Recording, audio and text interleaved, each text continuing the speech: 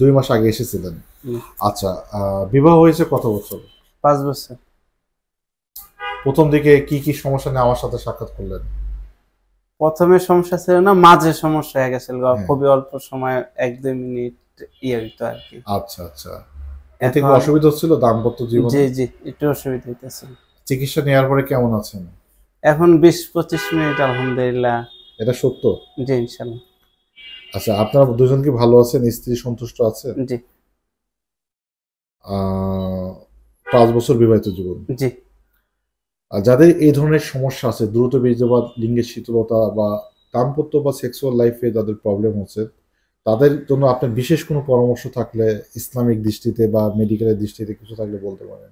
পরামর্শ দিব বলতে, ডাক্তারের সাথে লজ্জা না করে ডাক্তারের সাথে পরামর্শ করা ভালো হইব আর কি। স্বামী স্ত্রীর ভিতরে মহব্বত কিভাবে বৃদ্ধি পায়?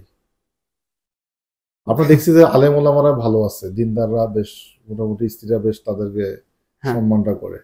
না করে আলহামদুলিল্লাহ করে।